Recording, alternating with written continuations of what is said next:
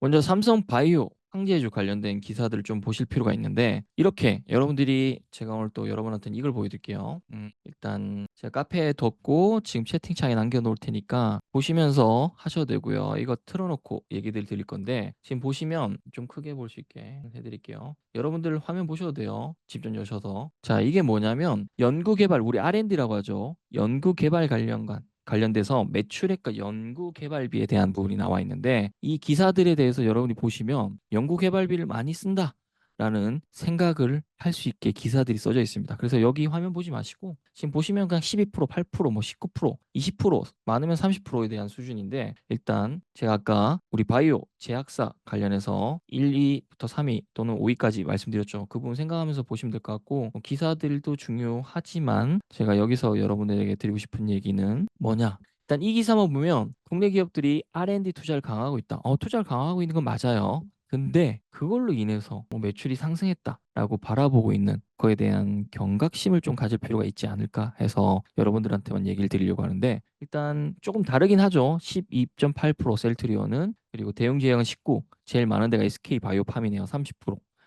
그리고 삼성바이오로직스는 8.4%입니다. 국내 제약 바이오 기업들이 R&D에 10% 이상 늘렸다. 뭐 그래서 R&D가 매년 늘고 있고 파이프라인 성과가 나고 있다. 근데 제가 말하고 싶은 부분은 해외 제약사들이 얼마나 R&D 많이 쓰느냐를 얘기하고 싶습니다. 글로벌 1위 제약사가 MSD인데 여기는 R&D를 한 해 동안 얼마 했을까요? 여러분 상상도 못할 겁니다. 그냥 한번 막 편하게 한번 얘기해 보시죠. 국내 1위 제약사 지금 우리나라는 한 뭐 2천억 셀트리온이 2천억 정도 했네요. 국내 1위 제약사 MSD는 얼마를 했을까요? 퍼센티지 말고 금액.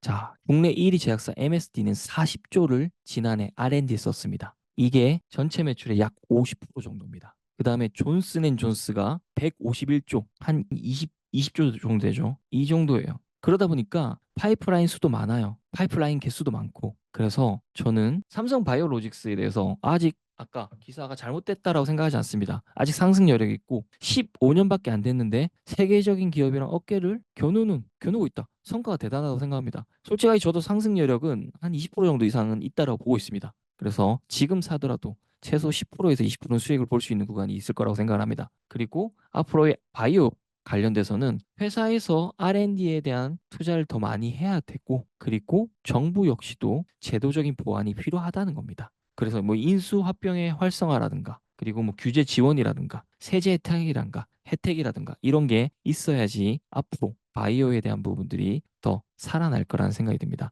그래서 그 외에 바이오 기업들은 제가 어렵다라는 얘기를 했었죠. 뭐냐면 바이오 장비 마켓이라고 있습니다. 바이오 장비 마켓. 이게 뭐냐면 그런 바이오 업체들이 장비를 이게 됐다. 여러분들 집안 살림 집이 되게 힘들어요. 그러면 집에 있는 거 갖다 파는 사람들이 있습니다, 진짜로. 기업들도 마찬가지예요. 기업이 어려우면 구조조정도 할 것이고 장비 매각도 할 것이고 인력 감축도 할 것이고 임상 중단도 할 겁니다. 자, 여러분들 임상 중단했다는 소식은 여러분들 악재예요. 돈이 없어서 임상을 못 하는 거예요. 그러니까 물론 기술력 때문에 중단이나 포기하는 경우도 있겠지만 그게 아니라 임상 중단이란 기사 나오면 잘 살펴봐야 된다는 겁니다. 왜 잘하고 있던 임상을 중단할까? 라는 부분들을 생각해 보셔야 되겠죠. 그 다음에 장비 매각에 대한 부분들. 이런 기업들은 사실상 시장에 언제든 M&A에 나올 수 있다는 얘기입니다. 그래서 삼성 바이오로직스라든가 뭐 유한양행이라든가 알테오젠 이런 기업들은 지금 문제가 없어요. 하지만 그 외에 다른 바이오 기업들은 잘 살펴봐야 됩니다. 그래서 장비 직거래 마켓 여기에 의약품 보관용 냉동고라든가 세포 배양기라든가 이런 매물들이 올라오는 게 늘어나고 있습니다. 제가 들어가 보니까요. 여러분 상식적으로 생각해 볼게요. 의약품 보관용 냉동고라든가 세포 배양기는 바이오 기업에서 필수적으로 있어야 될까요? 없어야 될까요? 없으면 안 돼요. 최소한 세대 이상씩 있어야 되는데 이런 장비가 나온다. 시장에 나온다. 그 얘기는 현금이 급하다는 얘기겠죠. 그래서 실질적으로 지금 조금 알아보니까 신약 개발사 몇몇 곳은 투자받아서 유망한 기업으로 주목받았는데 추가 투자 유치가 실패해서 직원들 다 내보내고 있는 상황이라는 것도 있고 하기 때문에 바이오 기업들은 여러분이 잘못 알고 들어가면 어려워질 수 있다는 것들은 꼭 생각하셔야 됩니다. 그래서 벤처 캐피탈이 자금 투자에 대한 부분들이 많이 줄었어요. 2021년에 1조 6천억 정도였거든요. 벤처 캐피탈이 바이오 쪽에 투자하는 금액들이. 근데 지난해 2023년에 8,800억까지 줄었어요. 거의 반으로 줄었다는 얘기죠. 그래서 지금 많은 기업들이 자금난 때문에 기술력을 갖고 있지만 사장되는 경우들이 많다라는 것들을 여러분들이 꼭 기억하셔야 됩니다. 자, 벤처 캐피탈, 그러니까 제가 여러 번에 그 얘기 드렸죠. 바이오 기업들은 처음부터 돈 벌 수가 없다. 처음 바이오 신약 개발이든 여러 가지들을 할 때 돈이 어마어마하게 들어간다고 했습니다. 절대로 수익을 낼 수 있는 구조가 아니기 때문에 계속해서 투자를 받아야 됩니다. 그때 누군가는 부채율을 본다. 아니에요. 기술력을 봐야 되는 상황입니다. 거기서 자금이 끊긴다. 라면 끝나는 거라고 봐야 돼요, 사실은. 그래서 바이오 관련해서도 여러분들이 상위에 있는 기업들 말고 잘 모르는 상태에서 카드라 통신을만으로 가면 어려운 경우들이 생길 수 있다는 것들을 꼭 기억하시길 바랍니다. 하지만 삼성바이오로직스는 긍정적인 요소들이 많습니다. CMO, 위탁 생산 관련해서 신규 수주 실적이 지속적으로 증가하고 있습니다. 매출이 계속적으로 성장할 거란 얘기입니다. 그래서 글로벌 위탁 생산 경쟁력이 있다라고 봐야 됩니다. 그래서 증권사에서 100에서 120으로 상향 조절했는데요. 저도 그 정도까지는 무난하게 가지 않을까라고 조심스럽게 생각을 하고 있습니다. 다음 현대차 관련해서 볼게요. 여러분한테도 링크를 드릴 테니까 이걸 보셔도 되고 아니면 뭐 여기서 얘기를 할 거 아니니까요. 현대차 8월 28일이었죠. 우리 C 2024 CEO 인베스터 데이 이때 밸류업 추진 계획을 공개했습니다. 전 이게 너무나 괜찮았다고 생각합니다.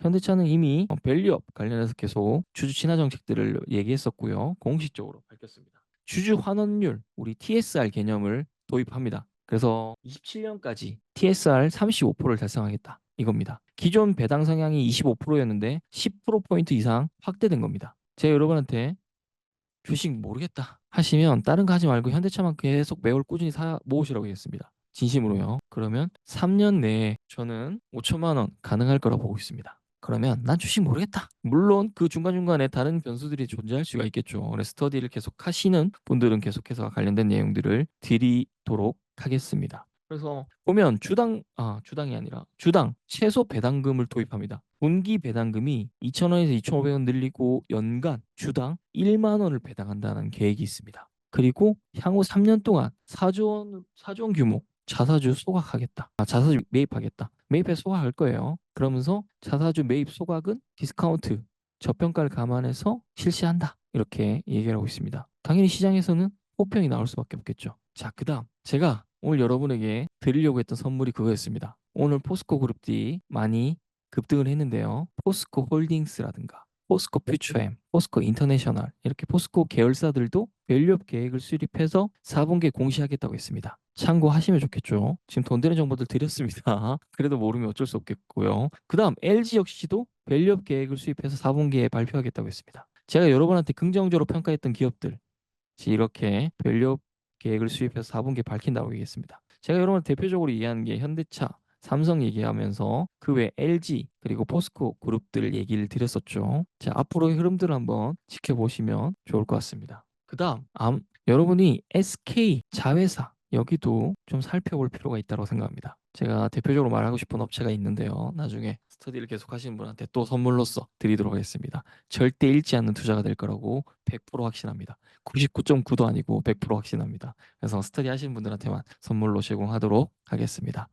그 다음 제가 현대차를 또 좋게 평가하는 것 중에 하나가 이번에 2030년까지 글로벌 시장에서 전기차를 200만 대 판매하겠다는 목표가 있습니다. 근데 자, 유럽 시장은 사실 경쟁이 치열해요. 그래서 현대차가 유럽 대신에 북미 시장을 공략한다는 목표를 세웠습니다. 무슨 말이냐? 잘 팔리는 시장으로 선회하는 겁니다. 자, 올해 상반기에 미국 전기차 판매량이 전년 대비해서 32.1% 올랐고요. 그 다음에 유럽 전기차 시장에서는 전년 대비해서 39.3%가 줄어들었습니다. 전기차 판매 양상이 나뉘고 있죠. 그러면 현대차는 북미 목표량을 늘리고 유럽 목표량을 줄인 게 현실적이겠죠. 그 목표대로 밝혔습니다. 판매량이 증가하고 있는 북미 시장 판매량을 약 70만 대 정도로 높이고 유럽 시장을 약 45만 대 정도를 줄였습니다. 그렇게 하면 지난해 목표량, 판매량 밝힌 거에서 북미는 한 5% 정도 증가하고 유럽은 5% 정도 감소하는 수준입니다. 아주 현실적이라고 생각합니다, 저는. 그 다음에 현대차에서 보급형